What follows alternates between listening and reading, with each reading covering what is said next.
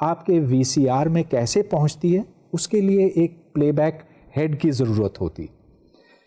Head اس کے ساتھ لگتا ہے اور ہیڈ گھومتا رہتا. جب ہیڈ اس کے پاس سے گزرتا ہے تو اس کے اندر ایک کرنٹ انڈیوس ہوتا ہے فیراڈیز لا کے مطابق، اور اس کرنٹ کو پھر وی سی آر کی الیکٹرانکس پکڑ کے بالآخر پکچر میں تبدیل کرتا. ایک اور مثال، اور یہ تو اصل میں ایک کھلونا ہے. یہ دیکھیے کہ یہ ایک میگنٹ ہے. میں اگر اس کو قطب نما کے نزدیک لے جاؤں تو یہ گھومتا ہے اس طرح سے. اس میگنٹ کو میں اس سرفیس کے اوپر رکھتا ہوں اور اب اس کو میں گھماؤں گا.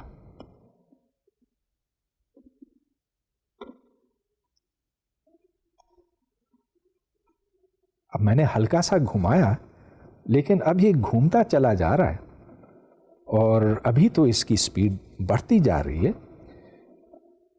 اگر میں کل اس کو دیکھوں تو شاید اسی سپیڈ پہ چل رہا ہوگا. کل کا تو ہم انتظار نہیں کر سکتے، اس کو اب میں بس روک دیتا ہوں. لیکن آپ کے ذہن میں ضرور یہ سوال پیدا ہوا ہوگا کہ آخر یہ ہوا کیا ہے، یہ کیوں گھومتا جاتا. ایک بات آپ کو بتانی ہے، یہاں پر کوئی violation of conservation of energy نہیں ہوا. اس کے اندر ایک بیٹری ہے اور بیٹری کے ساتھ ایک کوئل لگا ہوا. یہ آپ دیکھ سکتے ہیں، اس میں کوئل ہے. تو جب یہ میگنٹ جو گولی کی صورت میں ہے اوپر یوں گھومتا ہے، اس کے گھومنے سے میگنیٹک فلکس تبدیل ہوتا ہے، اور جب میگنیٹک فلکس تبدیل ہوتا تو اس کے اندر ایک ای ایم ایف انڈیوس ہوتا. وہ ای ایم ایف ایک ساتھ لگے ہوئے ٹرانزسٹر میں جاتا. اب میں ٹرانزسٹر کی بات یہاں زیادہ نہیں کرنا چاہتا، مگر یہ ایک طرح کا سوئچ ہے جو آن ہوتا ہے، آف ہوتا ہے جب یہ اوپر موجود ہوتا ہے، اور پھر بیٹری سے کرنٹ جا کر اس میگنٹ کو دوسری طرف ایک چھوٹا سا کک ملتا. یہاں پر صرف ایک بات کرنا تھی مجھے، وہ یہ کہ ادھر انرجی ضائع نہ ہوئی اور انرجی کہیں باہر سے آئی نہیں. یہ گولی گھومتی رہی اس واسطے کہ ایک بیٹری نے اس کو انرجی فراہم کی اور وہ انرجی پھر اس بیٹری سے نکلتی چلی گئی. ہم نے یہ دیکھا ہے کہ فیراڈیز لا کی کتنی اپلیکیشنز ہیں، لیکن ایک بات اب بھی رہ گئی. جب کوئی کرنٹ انڈیوس ہوتا ہے تو یہ کس ڈائریکشن میں ہوگا؟ جس شخص نے اس کو سب سے پہلے سمجھا تھا اس کا نام ہے لینز، اور اب جو میں بات آپ کو بتاؤں گا وہ لینزز لا کہلاتا ہے. لینزز لا کے بقول جب بھی کوئی کرنٹ انڈیوس ہوتا ہے تو اس کا جو میگنیٹک فیلڈ ہے وہ ایسے ڈائریکشن میں ہے کہ وہ انڈیوسنگ ایجنٹ کی مخالفت کرتا ہے. لینزز لا کا اسٹیٹمنٹ ہے the direction of any magnetic induction effect is such as to oppose the cause of the effect.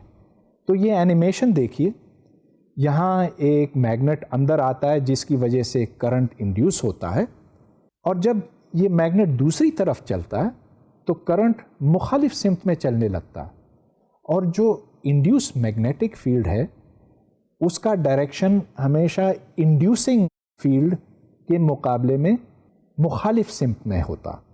پھر سے دیکھیے، تو میگنٹ اندر آتا ہے اور کرنٹ ایک طرف جاتا ہے، اور جب میگنٹ دوسری طرف جاتا ہے تو یہ ریورس ہو جاتا.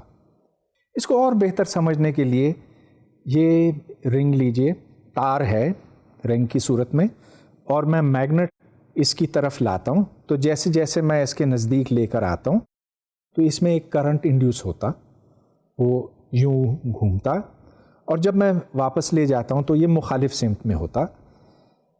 اب اگر میں اس کو نزدیک یوں لاؤں تو ڈیفینیٹلی اس میں جو کرنٹ پروڈیوس ہوتا اس کے نتیجے میں ایک میگنیٹک فیلڈ پیدا ہوگا. وہ میگنیٹک فیلڈ اب اس میگنٹ کے اوپر اثر انداز ہوگا، اور کس طرح سے؟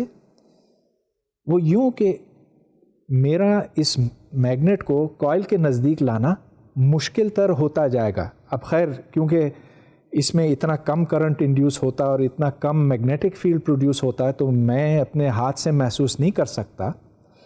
لیکن اگر یہ ایک سپر کنڈکٹنگ وائر ہوتی تو پھر تو اس میگنیٹ کو اس کے نزدیک لانا ممکن نہ ہوتا. میں اس کی تھوڑی سی وضاحت کرتا ہوں. اگر یہ سپر کنڈکٹنگ وائر ہوتی، سپر کنڈکٹنگ وائر سے مطلب یہ کہ جس میں کوئی مزاحمت نہیں، اور اگر ایک معمولی سا الیکٹروموٹیو فورس بھی ہو تو اس کے نتیجے میں کرنٹ بہت زیادہ انڈیوس ہوگا، اتنا زیادہ کہ اس کے نتیجے میں جو میگنیٹک فیلڈ پروڈیوس ہوتا ہے وہ اتنا زیادہ ہو سکتا ہے کہ وہ اس میگنیٹ کو نزدیک ہی نہ آنے دے. لینزز لا کا کہنا یہ ہے کہ جب بھی آپ کوئی کرنٹ انڈیوس کرتے ہیں تو کرنٹ کی سمت یوں ہوتی ہے کہ وہ انڈکشن کی مخالفت کرتی ہے. اس کی اور بھی میں بہت سی مثالیں دیتا ہوں. اس اینیمیشن میں آپ دیکھ رہے ہیں کہ جو میگنیٹک فیلڈ کی ڈائریکشن ہے وہ اس طرح سے ہے کہ میگنیٹ کا اندر آنا مشکل سے مشکل تر ہوتا جا رہا ہے. بنیادی طور پر یہ انرجی کنزرویشن کی وجہ سے ہے. اگر لینزز لا غلط ہوتا تو پھر اس کا مطلب یہ کہ جو میگنیٹک فیلڈ پروڈیوس ہوتی ہے وہ میگنیٹ کو اپنی طرف لے کر آتی، اور اس کا مطلب پھر یہ بنا کہ انرجی خود بخود پیدا ہوتی. لہٰذا lenses law is a consequence of energy conservation. بعض دفعہ انڈیوس کرنٹس ہمارے فائدے میں نہیں ہوتے. مثال کے طور پر ایک موٹر کے اندر آرمیچر یوں گھومتا ہے، جب وہ گھومتا ہے تو اس سے ایک کرنٹ انڈیوس ہوتا ہے، اور کرنٹ انڈیوس ہونے سے ریزسٹنس میں وہ ضائع ہو جاتا ہے، گرمی پیدا ہوتی ہے اور انرجی لاس ہوتی ہے. اس کو ایڈی کرنٹس کہتے ہیں. اور اس کی ایک اور مثال میں اب آپ کے سامنے پیش کرتا ہوں. یہ دو میگنٹس ہیں، ان کی بہت خاص اسٹرینتھ ہے، اور جب میں ان کو اس جگہ پہ رکھتا ہوں تو اب یہ دیکھیں کہ اس کے اندر بھی میگنٹس ہیں. یہاں رکھنے سے یہ ٹھہر جاتا، فورسز کی ایکویلیبریم ہے. اور اب میں اگر اس کو گھماؤں تو یہ گھومتا چلا جائے گا کافی دیر تک، اس واسطے کہ ادھر سائڈز پر تو کوئی رگڑ ہے نہیں. کافی دیر تو یہ گھومتا چلا جائے گا، لیکن بالآخر یہ سلو ہو جائے گا. وجہ کیا؟ ایک تو یہ کہ ایئر فرکشن ہے، لیکن وہ بہت کم ہے. اصل وجہ اس کے سلو ڈاؤن ہونے کی یہ ہے کہ آپ پھر سے یہ دیکھیں تو یہاں پر جو میگنٹ ہے وہ میگنٹ ایک فلکس پیدا کرتا ہے، اور یہ دوسرا میگنٹ ہے جو میگنیٹک لائنز آف فورس کو کٹ کرتا ہے. نہ صرف یہ میگنٹ ہے لیکن یہ کنڈکٹر ہے، چنانچہ اس کے اندر ایک ای ایم ایف انڈیوس ہوتا ہے. اب ای ایم ایف انڈیوس ہونے سے اس میں کرنٹ فلو ہوتا، اور جب کرنٹ فلو ہوتا ہے تو قدرتی طور پر اس میں انرجی ضائع ہوتی ہے، ڈسیپیٹ ہوتی ہے. اس میں جو کرنٹ انڈیوس ہوا اس کو ایڈی کرنٹ کہتے ہیں، اور یہ ایڈی کرنٹ بالآخر اس میگنٹ کو مزید گھومنے سے روک دیتا. یہاں تو ایڈی کرنٹس نے ایک طرح سے نقصان پیدا کیا، انرجی ضائع ہوئی اور یہ موشن ختم ہو گئی. لیکن بعض دفعہ ہم اس کو اپنے مقاصد کے لیے بھی استعمال کر سکتے ہیں، اور میں آپ کو ایک مثال دیتا ہوں.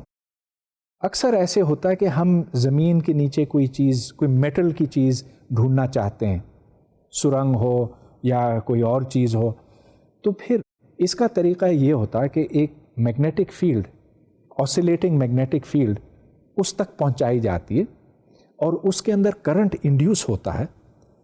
اس کرنٹ سے ہم یہ جان سکتے ہیں کہ کوئی چیز، کوئی میٹل ہے کہ نہیں. اب یہ ایڈی کرنٹس ہے جس کی وجہ سے ہم یہ کر سکتے ہیں. اس اینیمیشن کو دیکھیں، اس میں مائن ڈیٹیکٹر ہے. مائن ڈیٹیکٹر کے اندر ایک کرنٹ کا پلس بھیجا جاتا ہے.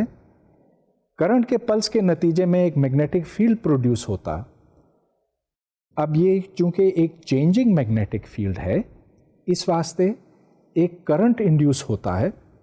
فیراڈیز لا کے مطابق E is equal to minus rate of change of flux. یہاں پر اگر کوئی میٹل ہو تبھی وہ کرنٹ انڈیوس ہوگا، کیونکہ اگر کوئی لکڑی یا پتھر یا کوئی اور چیز ہو تو اس میں تو کرنٹ یوں نہیں گزر سکتا، اور اس کے نتیجے میں کوئی دوسرا میگنیٹک فیلڈ بھی پروڈیوس نہیں ہوگا. یہاں چونکہ ایک انڈیوسڈ کرنٹ ہے، اس واسطے ایک انڈیوس میگنیٹک فیلڈ ہے، اور وہ magnetic field applied magnetic field کے مخالف سمت میں ہوگا. چنانچہ میگنیٹک فیلڈ میں کمی آ جائے گی. جو ٹوٹل میگنیٹک فیلڈ ہے وہ کم ہوگی بنسبت اس سچویشن کے جب وہاں لکڑی یا پتھر یا کوئی اور چیز ہے. اس طرح سے ہم یہ جان سکتے ہیں کہ زیر زمین کوئی سرنگ ہے کہ نہیں. اس لیکچر کا ایک بنیادی نقطہ یہ بنتا ہے کہ مقناطیسیت اور بجلی میں ایک بڑا گہرا اور بنیادی تعلق ہے، مگر یہ کوئی اتنا سیدھا سادھا رشتہ بھی نہیں ہے. میں نے اس بات پہ بہت زور دیا کہ جب ایک میگنیٹک فیلڈ تبدیل ہوتا ہے تبھی ایک کرنٹ انڈیوس ہوتا ہے. لیکن دوسری طرف اگر ایک تار میں سے کرنٹ گزرتا جائے اور اس کرنٹ میں کوئی تبدیلی نہ آئے تو پھر بھی ایک میگنیٹک فیلڈ تو پیدا ہوتا. وہاں تو کسی طرح کی تبدیلی کی ضرورت تو نہیں ہے. یہ بڑا بنیادی فرق ہے. A steady current can cause a magnetic field, but a steady magnetic field cannot cause a current. آخر میں آپ سے ایک سوال کرنا چاہوں گا، اور اس کا جواب میں نہیں دوں گا اس واسطے کہ نہ تو ابھی وقت ہے، اور نہ ہی یہ ایک ایسا سوال ہے جو اس کورس میں حل ہو سکے، مگر پھر بھی اتنا دلچسپ ہے کہ شاید آپ اس پہ غور کرنا چاہیں. اب فرض کیجئے کہ ایک تار ہے، اس تار کے اندر پازیٹیو اور نیگیٹو چارجز ہیں، اور آپ اس تار کے ساتھ کھڑے ہیں. اس تار میں سے اب کرنٹ گزرنا شروع ہوتا تو ٹھیک ہے، اس کے نتیجے میں ایک میگنیٹک فیلڈ پیدا ہوگا، لیکن آپ تو یہ میگنیٹک فیلڈ محسوس نہیں کریں گے، گو کہ آپ کے ہاتھ میں ایک چارج ہے، اس واسطے کہ چارج ایٹ ریسٹ ہے. اور آپ جانتے ہیں کہ جو میگنیٹک فورس ہے that is V cross B. V اگر زیرو ہو تو فورس بھی زیرو، تو میگنیٹک فیلڈ کوئی نہیں ہے، گو کہ میگنیٹک فیلڈ موجود ہے، میگنیٹک فورس نہیں ہے. دوسری طرف اگر آپ اس تار کے کسی چارج کے حوالے سے دیکھیں تو آپ تو موو کر رہے ہیں پیچھے کی طرف، لہٰذا آپ کی اپنی ویلوسٹی بنتی ہے، اور وہ شخص جو اس چارج کے ساتھ ساتھ چلتا جا رہا ہے وہ تو کہے گا کہ آپ کے اوپر ایک میگنیٹک فیلڈ اور ایک میگنیٹک فورس عمل کرتی ہیں. تو یہ دیکھیے، یہ کانٹرڈکشن یوں بنتا ہے کہ آپ میگنیٹک فورس نہیں محسوس کرتے، لیکن وہ شخص جو موو کر رہا ہے وہ کہتا ہے کہ آپ کے اوپر میگنیٹک فورس عمل کر رہی ہے. ان دو متضاد باتوں کو کس طرح سے حل کیا جائے؟ کیا یہ ممکن ہے کہ نہیں؟ اور میں صرف یہ کہوں گا کہ ہاں یہ ممکن ہے، اور یہ ایک اتنا گمبھیر سوال ہے کہ سب سے پہلے آئنسٹائن نے اس کے اوپر غور کیا. میگنیٹک فیلڈ ایک فریم میں دوسری فریم میں کس طرح سے دکھائی دیتا، اور اسی طرح الیکٹرک فیلڈ ایک فریم میں دوسرے فریم میں کس طرح دکھائی دیتا. جیسا کہ میں نے بتایا آپ کو، اس سوال کا میں جواب نہیں دوں گا، لیکن مجھے امید ہے کہ آپ جب ریلیٹیوٹی اچھی طرح سے پڑھیں گے تو transformation of electric and magnetic fields کے اوپر خاص طور پہ غور کریں گے. اب اس لیکچر کا وقت ختم ہوتا ہے. خدا حافظ.